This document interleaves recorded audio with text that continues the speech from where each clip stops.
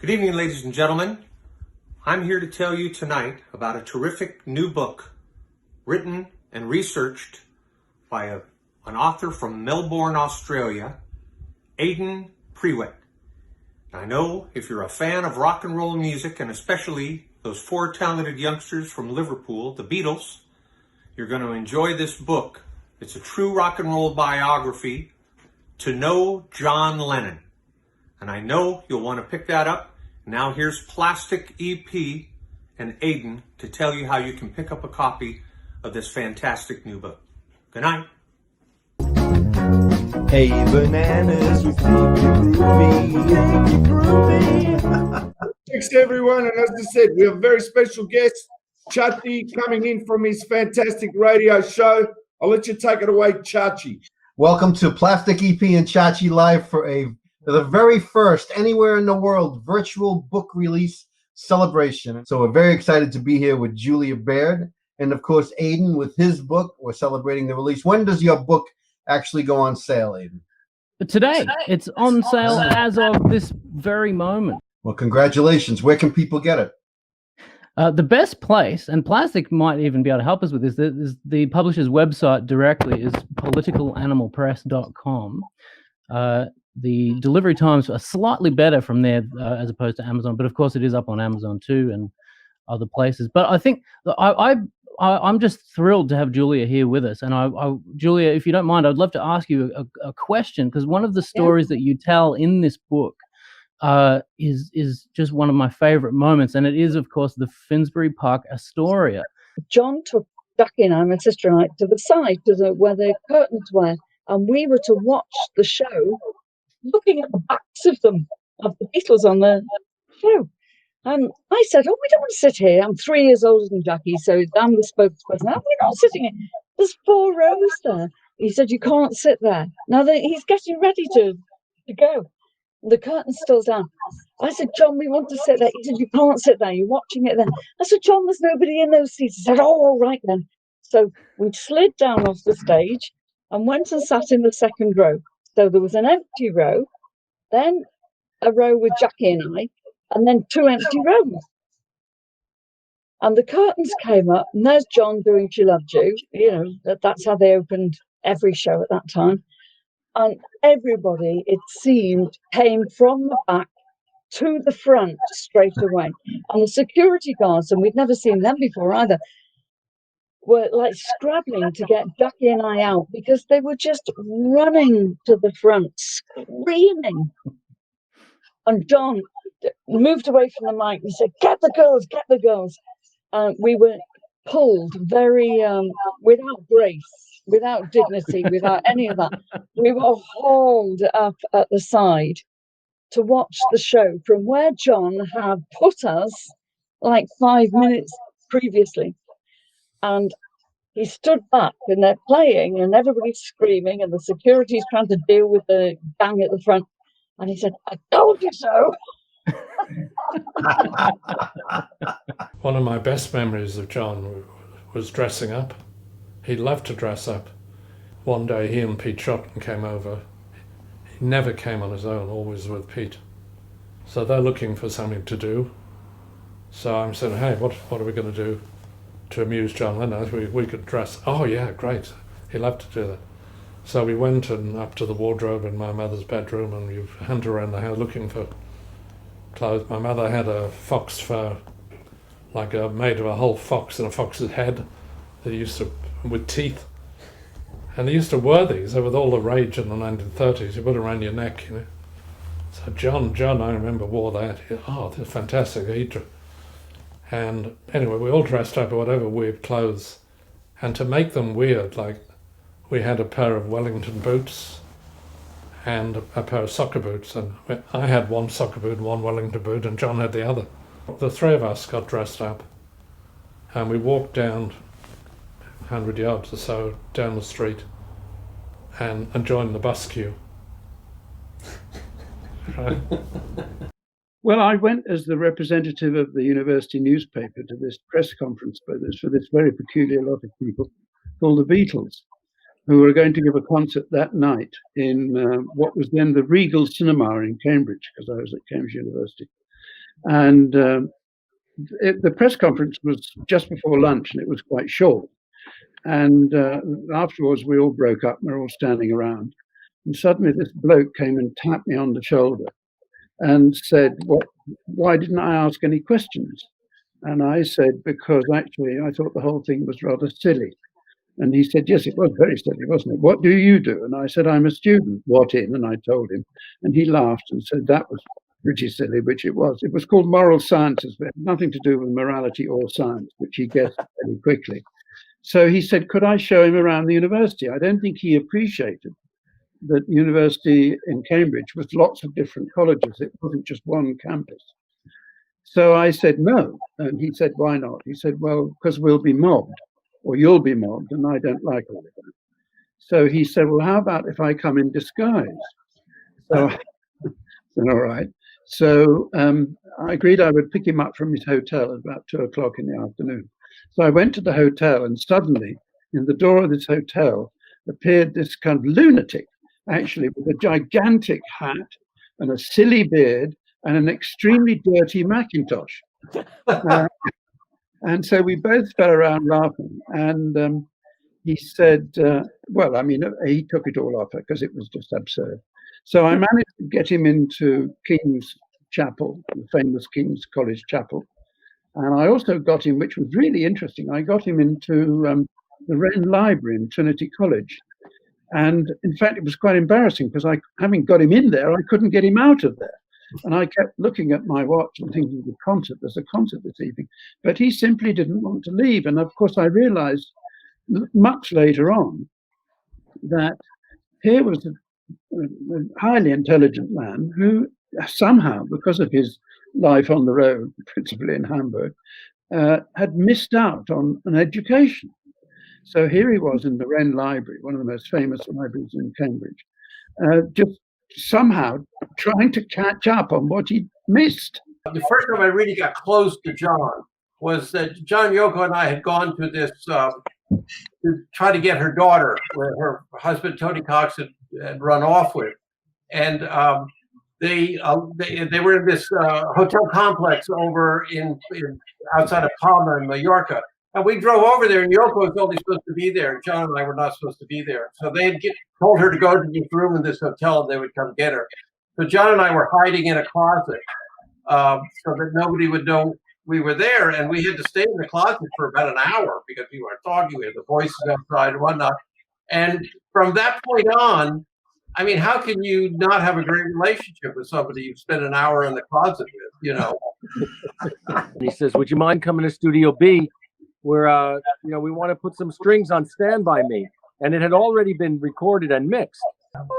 So usually when you record something on a piece of tape, it erases what's there already and just re-records what you want to put on there.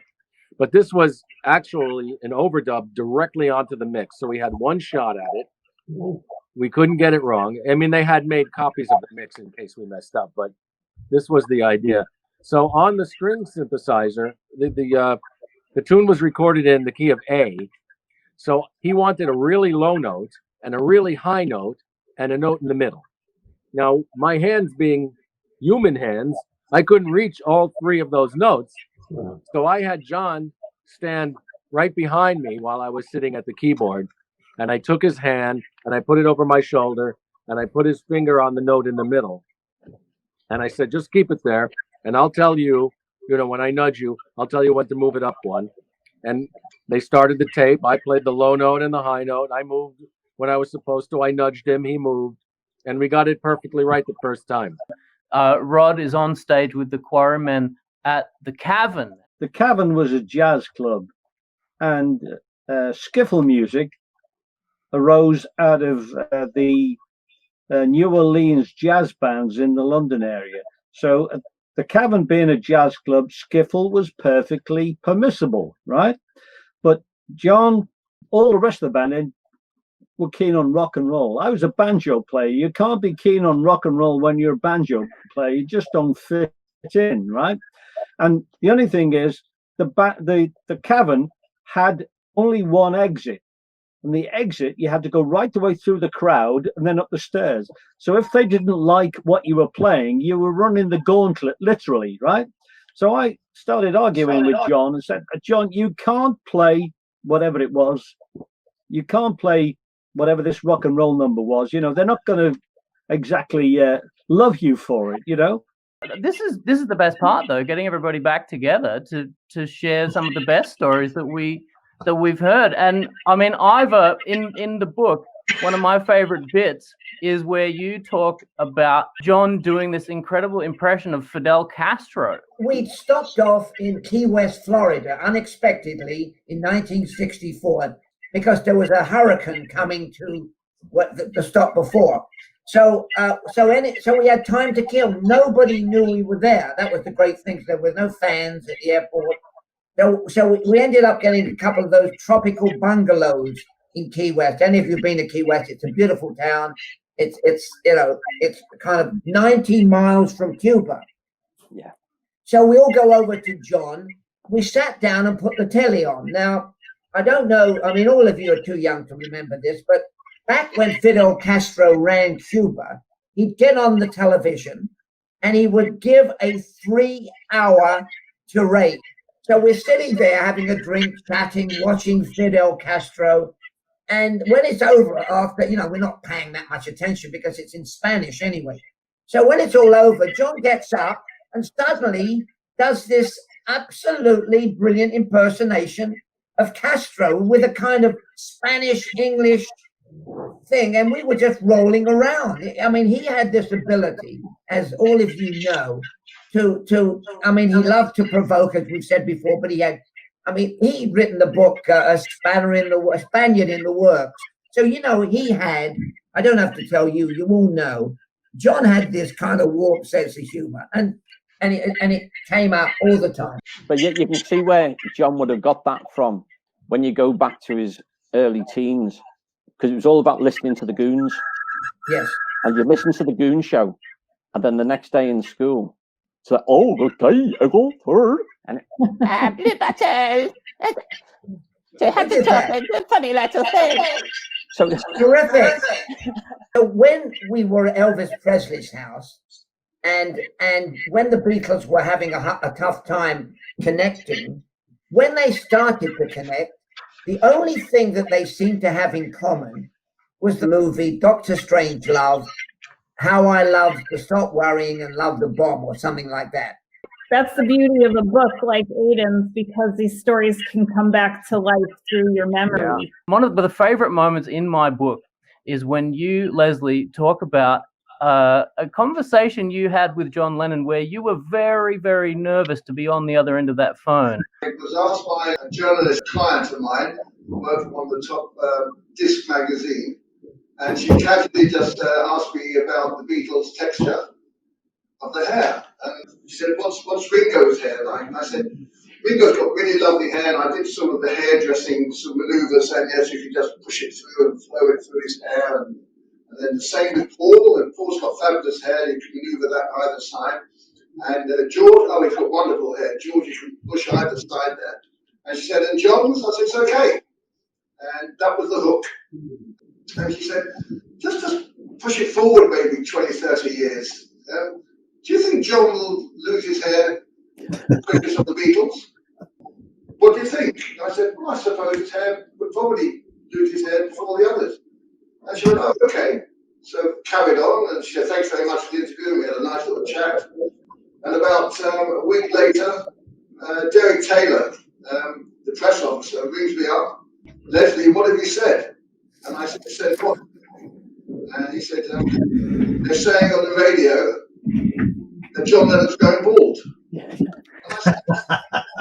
I went, oh my God. So the following day, phone rings, and I'm waiting for it. And I just went into one. I said, John, I really am sorry. I didn't say that. I didn't say you were going bald. I said, John, they took me out of context. He said, don't tell me about effing context. Look what happened to me. He said, bigger than Jesus Christ.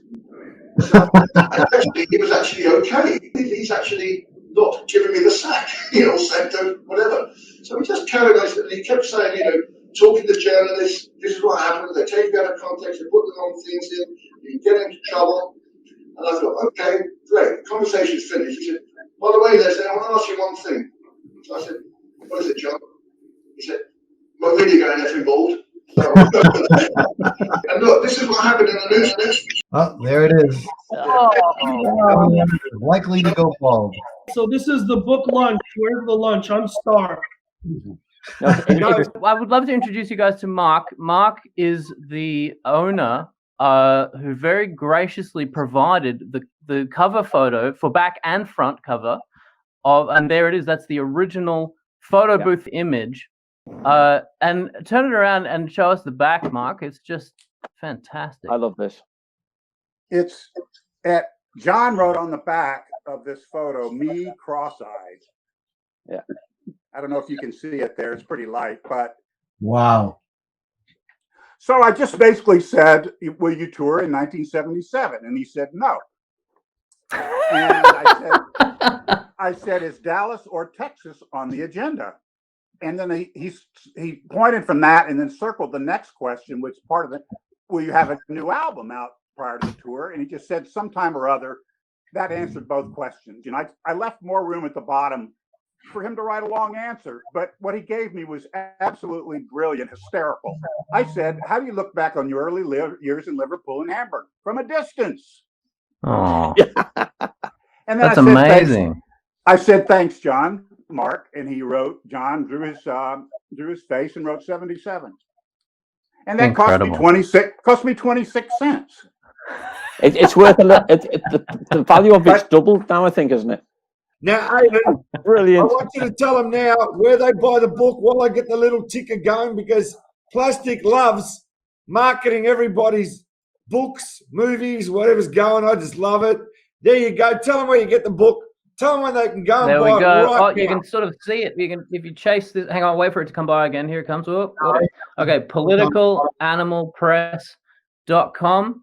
There it goes. You can get it from Amazon, but politicalanimalpress.com has faster shipping times because there's no sort of middleman in between. So politicalanimalpress.com, and also at that website you'll find fantastic articles, sort of thought-provoking articles based in culture, based in in the world, in what's happening in the world. And of course, John was such a huge part of culture and a huge part of the world through the since now for the last 60 years that John has been at the forefront of culture for the world, basically. So this publisher, I've worked with them now 3 times on 3 different books, and they're always a pleasure. Best of luck. And believe me, go there and get it from politicalanimalpress.com. If I've said it correct, that's correct, because I can't see through these glasses. We love you out there all over the world. Keep watching this program because it gets better and better and